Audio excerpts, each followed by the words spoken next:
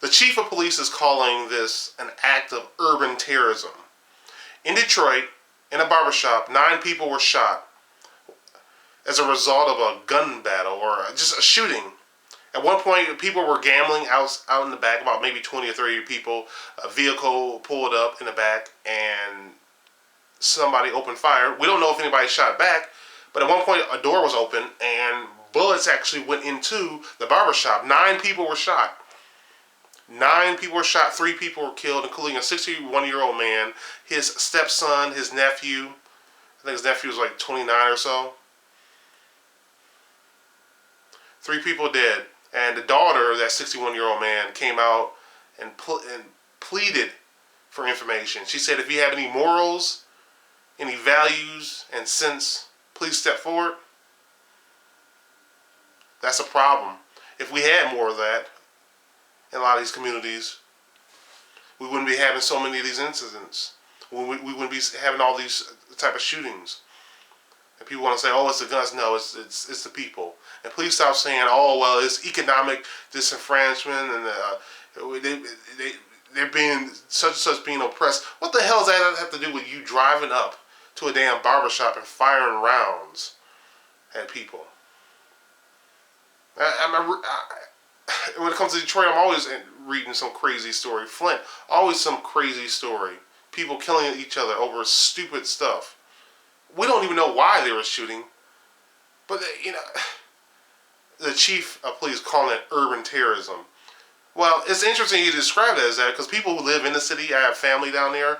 I have friends and family around the area of Detroit. And a lot of people are scared to go into the city at night. Like this damn Omega Man or something with Charleston Heston, when he's rushing back to his hideout before it gets dark because the zombies are coming out. I mean, remember that? Or I Am Legend. How can you really live like that? People say, "Oh, well, you shouldn't be out at night, Demke. Better be careful." I'm always careful, whether it's daylight, nighttime, whether I'm in Detroit, Flint, or Grosse Pointe or Auburn Hills or wherever I'm at. I don't care how safe the area is supposed to be. I don't care where I'm at. I have the same situational awareness at all times. But in this situation, people just shot into a barbershop. People there with their kids. Do you live somewhere where you don't feel safe going out at night? And I think this happened in daylight. Do you feel like a prisoner in your own home? I want to know about that. Because it seems to me that the criminals are completely taking over certain areas of this country. And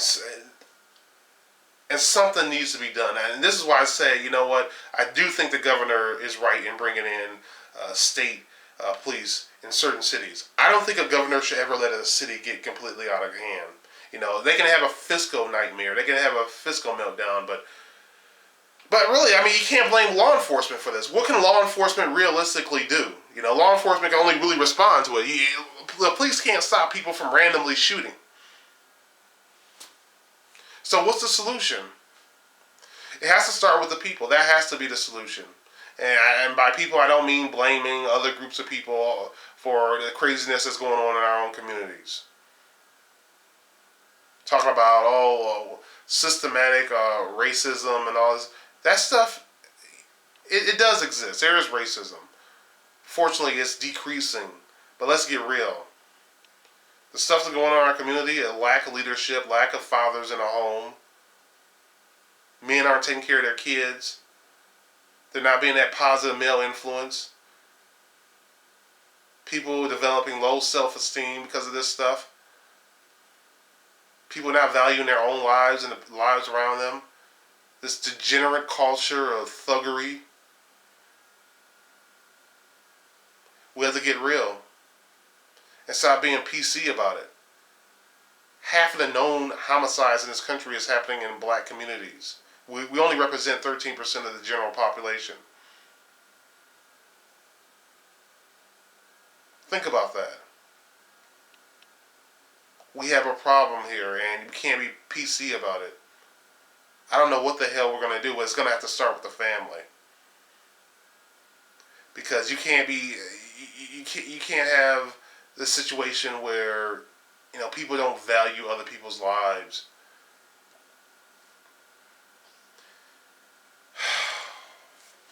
Thank you for watching. Thank you for listening. Don't forget, the future belongs to those who prepare for it today. Bye.